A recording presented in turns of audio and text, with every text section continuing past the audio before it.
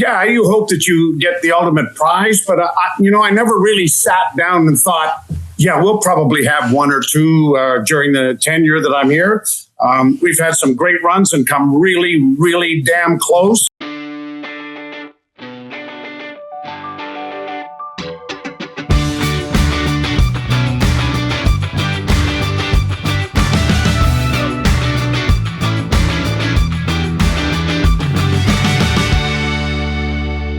Welcome back to a Closer Look. It's Friday, the 20th day of February, 2026, across the Village Media Network.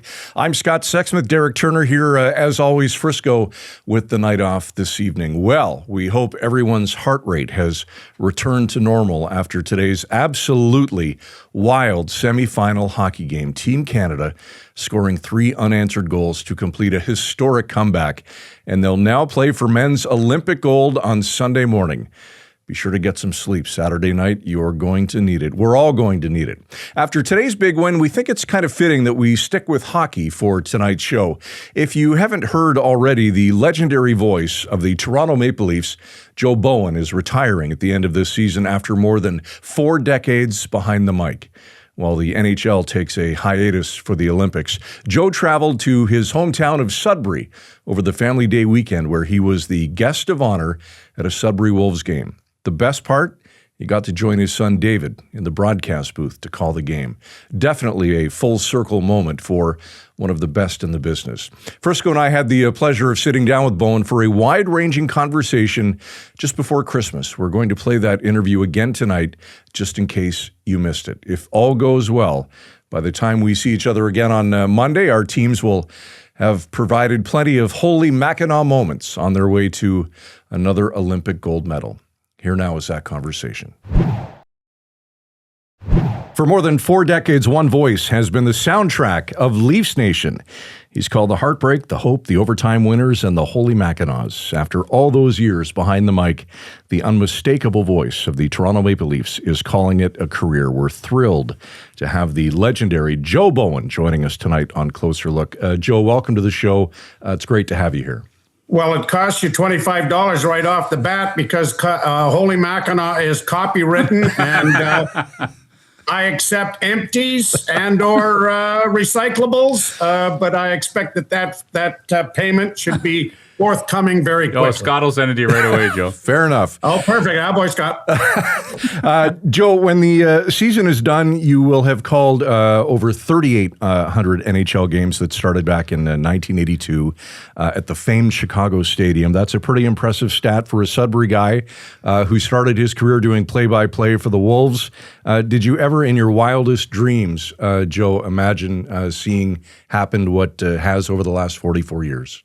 No, honestly, I can't. I was just happy to get one game in, and it honestly didn't look like that was going to happen either. But I mean, my dream was to play for them like every other red-blooded kid. I was going to replace Johnny Bauer between the pipes, and a distinct lack of athletic ability prevented that from happening. So this was the second best alternative for it, to be sure. But no, I never envisioned that. I mean, I know when I left Halifax, my very good friend Mike Cranston, who I worked with doing morning shows out there and also in Sudbury, he kind of put his arm around me and he said, "You know what? You're going up there. You're going to own that town." And I laughed at him and I thought, yeah, if I last a week, maybe I'll last a week. Well, it's been 44 years come this next season or this next year. And I've appreciated every bit of it and every moment of it. And Mike Cranston, an absolute gem. My career, Joe, is background in radio in North Bay, the Sioux, and some work in Sudbury too. So I know Mike quite well. He literally taught me so much. And one of the things that he taught me was to have fun. Right. You can't be afraid of the microphone. You've got to incorporate it and invite people to be in your bar, in your rec room, in wherever you are, to enjoy it. And I've been very fortunate to work with a lot of great people that have the same opinion and the same kind of talent. You definitely have that gift. You do bring us right into the room when you're doing a game, Joe. Were you that way as a kid playing goalie in the Sudbury growing up, or did you have that voice? Did you have that aspiration to sort of call the game while you're playing net? Oh, I think everybody does. I mean, when you're a kid, and you know what I miss, and I don't know what it's like up in Sault Ste. Marie, but I mean, we were outdoors every night. Yep. We were in my backyard shooting against the garage door, and I drive around downtown here or in Markham and whatnot. You never see kids outside. No. Of course, the stupid politicians have banned having hockey nets on the street, so you can't tar. You got the hell out of the way. But we can't even do that now. And unless everything is organized for kids now, you don't see them out just having fun. But oh God, when I was out there, we were all being Foster Hewitt or Danny Gallivan or somebody. Just having fun while we pretended we were on our way fast tracking to the National Hockey League. It's a great point. We talk about that all the time. I wonder how these elite AAA kids are playing. You don't see them out slapping the puck against their garage. Where I grew up, every kid's garage was a disaster. Totally. Now everyone's pristine. I'm sure it was the same for you. Some refrigerators and some washers and dryers. Yeah, exactly. Look, it says Sidney Crosby's in the Hall of Fame. Isn't that right? Yeah, exactly. Yep. Joe, I have to get an uncomfortable question out of the way first. Did you ever imagine after all these decades calling these games that you wouldn't have called a Stanley Cup championship for the Leafs? Oh, I suppose. I never called a Memorial Cup for Sudbury. I worked with Harry. I just lost his name here from Sault Ste. Marie. Harry Wolf. Back in the day when we cooperated with the two cities hosting the Memorial Cup. But I never called a Sudbury Wolves Memorial Cup. I didn't call a Calder Cup final for the Nova Scotia Voyageurs. So, you hope that you get the ultimate prize. But, I never really sat down and thought, we'll probably have one or two during the tenure that I'm here. We've had some great runs and come really, really damn close. Yeah. But it hasn't happened. And, hey, if I was the Boston Red Sox announcer or the Chicago Cubs announcer, it would have been 86 years or 104 years. There you go. So you can't, you just never know. Joe, let's talk about your interaction with fans. Always positive for the most part? Oh, yeah. I think I could probably count on two fingers when some guy, maybe fueled with a little too much Crown Royal, decided to. And it's always kind of neat because they think that I'm going to take immediately to management, coaching, ownership, what needs to be changed in their mind. I'm like a postman. You're the conduit. Joe will tell them that this has got to change, and by God, it's got to change now, or I'm never going to watch again. Well, sometimes that happens, but I usually laugh it off and have a good chuckle at it. Oh, you know what I love about listening to you, Joe, is that the intensity is never not there. You are in that game every period, every play. How do you keep that level of intensity? Alcohol. You're stealing our tricks, Joe. That's our line. Oh, hey, Crown Royal is a wonderful, wonderful tool if you use it in moderation. No, you know what I mean? I get excited. I'm a fan. I'm a huge fan of everything. I love the Toronto Maple Leafs. I love the Fighting Irish of Notre Dame. I am an owner of the Green Bay Packers. I love the Toronto Argonauts. I've been a Boston Red Sox fan since 1967 or so. And I think that I'd probably carry that idea of being a fan to the booth. And I think I react that way on any given night. And both positively and sometimes negatively, right? Because it doesn't always work out the way you want it to. But, having said that, I think that's probably been my quote unquote modus operandi. And it's lasted this long. And I'm glad that I did it with the Frank Sinatra song. I did it my way. Joe, are you feeling sentimental these days? About what? Two ex-wives? No. Gotten over that. I'm going to be fine, I think. It's amazing what Crown Royal will do. Why would you all of a sudden get personal? I thought this was going to be a fun damn interview. Is that going to cost me another $25? Well, I have to say hello to my very dear friend Dennis Bolton up there. Yes. I hope he's going to be watching. Played minor hockey with him, and he lives up there. And when my son David was playing Tier 2 hockey, we would get up there and play both in the two Saults and whatnot, and would run into him. So I had to get that out of the way. Appreciate it. I think what Scott... I'll save 35 cents on a stamp for Christmas. There you go.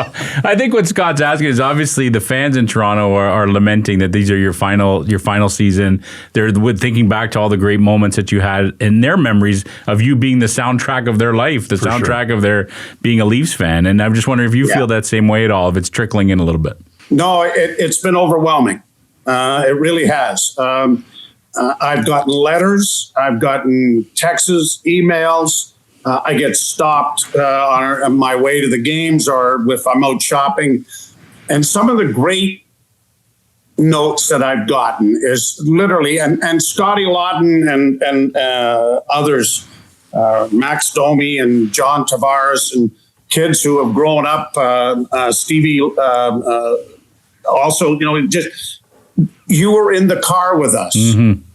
We went to hockey. We came, Stevie Lorenz, I'm thinking of. And you were part of us growing up, and you were a big part of why I wanted to play and why I wanted you to call our games maybe sometime or something of that nature. And then you get people that weren't players, that were just fans, but also they were driving kids to hockey, or they were, everything else that you were in their car or in their living room or rec room. And I've been really touched with some of them. One gentleman sent me a really nice letter, and he said that his dad was a huge Leaf fan, and he was terminally ill. And he went up to the hospital to visit his dad on his last night, and they're going to watch the hockey game. And his dad said, "Could you bring a radio? Wow. I want to listen to Joe." That kind of takes it right to the quick. And I've had so many of these interactions since the announcement that this would be my last year. Mm-hmm. And it's really touching, guys. It really is. It breaks your heart sometimes, but it warms your heart. Mm-hmm. So many times of all of the great stories that everybody has, that you are sort of a part of the family. Absolutely. I don't know them by name. Sometimes I've never, ever seen them. But you hear their story and you react that way too. It's an amazing story. Thank you for sharing that, Joe. It's a very powerful story. And it's true. I think of my love for the sports teams that I love. The players come and go, but that voice on the radio and that TV, it's there forever. You're almost more connected to that. And I'm sure that's what you're feeling right now from the fans. Yeah, and technology allows me to hang around a little longer. Yeah. I don't have a copy of my first game. I don't have a cassette of it. I don't know why. I probably did at one point, but 2 marriages and 3 houses later, I don't have it. But I can go on YouTube and I can download all of these calls that we've had over the years that have been put to video or however that are just amazing. And guys, I'm in the process with Scott Morrison, one of my dear friends and a longtime beat writer with the Toronto Sun. Mm-hmm. We're writing a book. Great. And one of the things that we're going to do in it is that it'll be all of the BS stories that I have. But, if we're talking about, the game in Los Angeles in '93, when Doug Gilmour gets cut and Wendell Clark comes off the bench and scores the tying goal. Well, I have that video and audio, but what I'm going to do is put a QR code in the book so that you can listen to that call, and then I can talk about what happened maybe around it. Oh, that's cool. Yeah, Gilmore got cut. Yeah, we got to talk to the officials after the game, and this is what they said. You won't believe it, but I'm saving it for the book. But anyway, that sort of stuff. So all of those calls that have been made, the Nicky Borishevsky call, the Bless You Boys call, Matt Sundin scoring, having Austin Matthews score 4 goals in his first game, we can incorporate that into the book. So I'm looking forward to that. We were going to ask you about specifically Nicky Borishevsky's goal and Sundin's 500th. You've had so many over the years. Well, what are some of your favorites, Joe? Well, my favorite call is Nicky Borishevsky, and for 2 reasons. One, up until that point, we had no chance. Yeah, because ownership didn't care enough. Right, cared about some things, but didn't care enough about putting the best possible product on the ice. Once that changed and Cliff Fletcher arrived and obviously making the Doug Gilmour trade and everything else, but that was a watershed mark. It was the franchise turned 180 degrees and started, and no, it hasn't worked. No, they haven't won, but it hasn't been for the lack of trying, the lack of money, the lack of anything. In fact, the money situation got so bad that they had to change the rule and put a damn cap in because the Leafs were with the Rangers going out and spending money and trying to put a better product on the ice. So that goal really kind of, if it kind of got to it, the first years from 82 until 92 were sort of like being in the minors, just an extension of the Nova Scotia Voyageurs. But then that goal and that year said, okay, this is the NHL. They are trying to win. Haven't had it happen yet, but it wasn't for the lack of effort. You mentioned ownership. If we can talk about the Harold Ballard years for a couple of minutes, maybe the culture, the mood, the atmosphere within the organization. Well, it was interesting, I guess. I mean, he was a cantankerous. I mean, he wanted to hog the headlines. It was his damn team, and by God, you needed to know that. You filled his coffers and everything else, but he wanted the headlines instead of sitting at the back, enjoying the ride, and then having them hand the Stanley Cup to him after the players had touched it. So that was what made it difficult, I suppose. But I mean, for a young kid, getting an opportunity to just be in the National Hockey League, you probably cut Mr. Ballard a lot more slack than maybe others who had been there and gone through more years of it since the 67 Stanley Cup. Mm-hmm. Joe, you're writing a book, like you said. Can you share one story with us that you've never told anyone that you're working on, something in the book, something that just a great behind-the-scenes story of your career? God, I've told everybody all of the ridiculous stories that I have. Let's think. Well, I'll tell you this story. And I've been blessed working with so many wonderful people. And Bill Waters is a dear, dear friend of mine. Wilbur was the biggest player agent in the league. And he walked in the door one day when we were auditioning people to do color with me. He says, I can do better than him. And Vicky McKee said, okay, if you think you're that good, going up. We were doing auditions during an exhibition game. So Wilbur comes up, and sure enough, he is good. He's very good, knowledgeable, got more insight into the National Hockey League than anybody that we were going to have. So we ended up working together for 8 or 9 years almost. Anyway, we're in the old Chicago Stadium, and Wilbur has gone out and he's bought a brand new mohair, long, full length, a beige coat. Had to be $1,000 if it was $1 in those days. And he was so proud of it. He looked like Babe Ruth walking down the street with this thing on. Anyway, at the top, we had to go up 97 stairs to get to the top of the old Chicago Stadium. And right where that stairwell was a men's washroom where about 2 minutes into the game, more was flowing out of it than what was going into it, if you get my drift. And across from the washroom, there was a concession stand.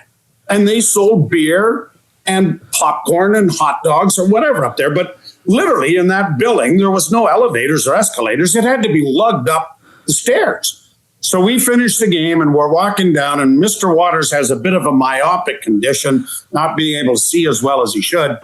And some poor kid had lugged up a mason jar of relish.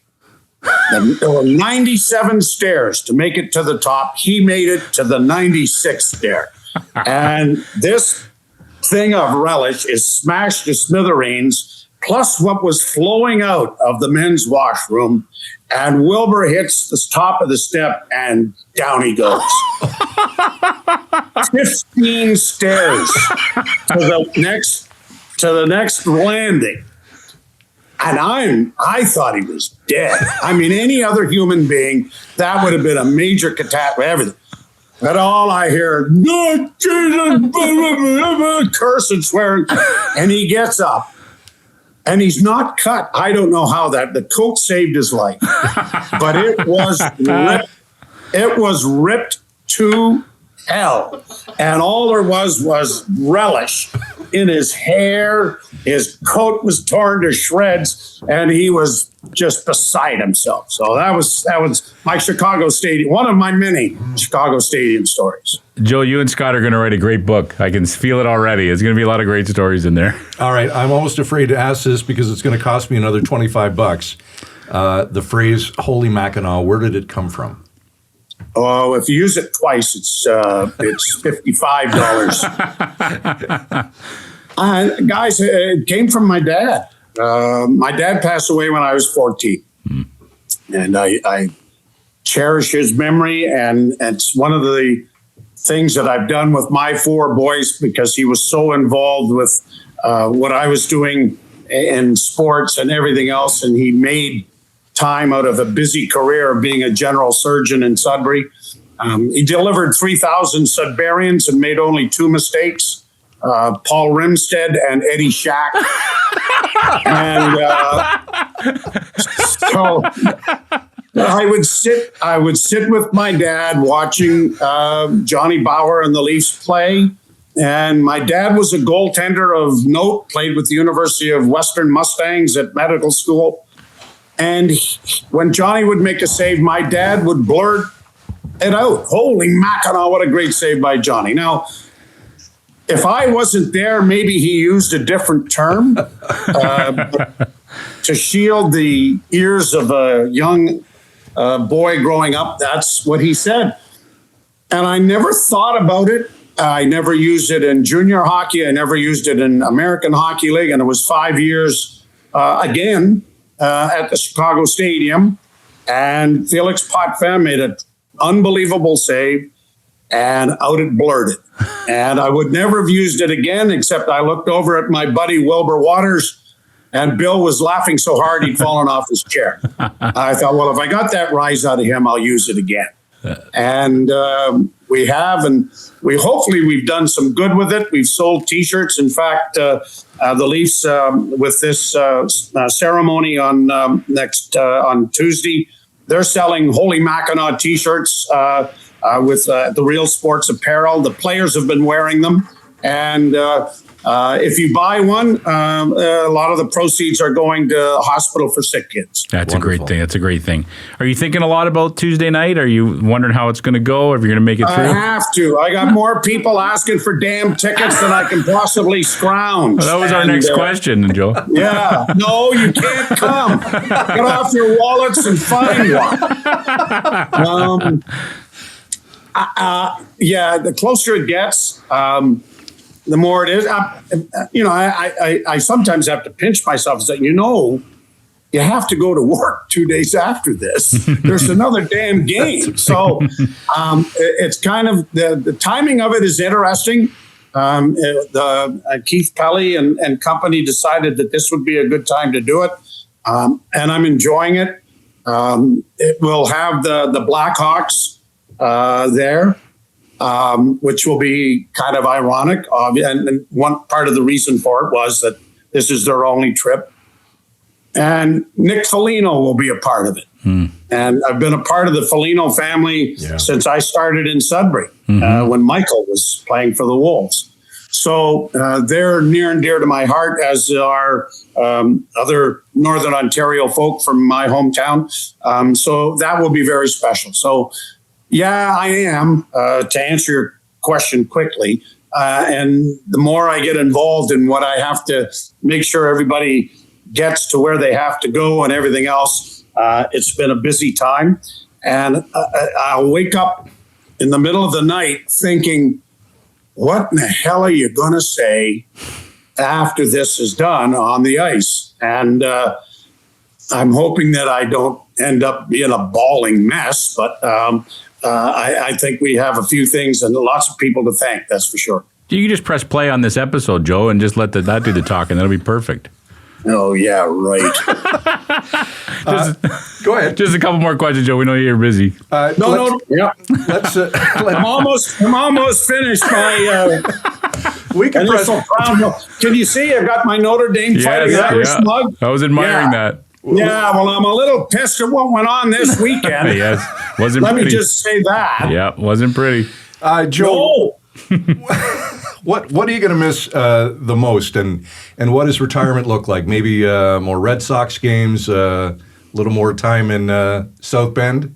Yeah, lots of that. I want to travel. I've got a great trip lined up that I'm going to take, a Band of Brothers trip, which is a Second World War tour from London, England, through the beaches at Normandy and all of that, all the way to Berchtesgaden and Berlin. I'm looking forward to that. I'll miss the interaction I've had with people like Jim Ralph. Yeah. Who used to get booed when he went home to Sault Ste. Marie. He's still sour about that, guys. Is he really? Still sour. Oh. He doesn't think that he should have been booed as a member of the Ottawa 67s, but he's getting over it. I'm trying to soothe it as much as I can. But he loves Sault Ste. Marie, obviously. So I'll miss that interaction, but I want to do a lot more with the alumni and be involved with them, going out to their events and maybe adding some levity at a microphone at their expense. But, I've probably called. So one of the things I got to research is how many players in a Leaf uniform, how many players' names have I called? And I'm going to do that. That's my project tonight after my second Crown Royal and Dad. To tabulate how many guys have gone through the jute mill over 44 years, how many names I've actually called, which would be kind of interesting. But they're so very active here and doing some great work that I was gifted with the Foster Hewitt Award, which means that I'm part of the Hockey Hall of Fame. And it was a tremendous honor. I can't tell you how excited and honored I was. But the biggest honor that I have is that I'm an honorary member of the Toronto Maple Leaf alumni. Those guys voted on me being a part of their group. And for a young boy who grew up dreaming of being Johnny Bauer's replacement, this is as damn close as I'm ever going to get. And I can't thank them enough. And that's the proudest thing that I have going forward to this night. I'm looking forward to seeing as many of them as I can. Very cool and very well deserved. Okay, Joe, before we let you go, our executive producer who's in the room, Derek Turner, is probably the biggest Leaf fan that we know and a pretty big Joe Bowen fan as well. If Derek played on a line with Austin Matthews and Max Domi and scored a game winner... You would quit. You would. What would the call sound like? Derek Turner is his name? Turner. All right. Austin Matthews brings the puck over the line. Derek Turner goes to the front of the net, Shot right off of the bugle. That nose looks like it's smashed, but it went into the net. Holy Mackinaw, Turner scores a goal and never play again. Oh, man.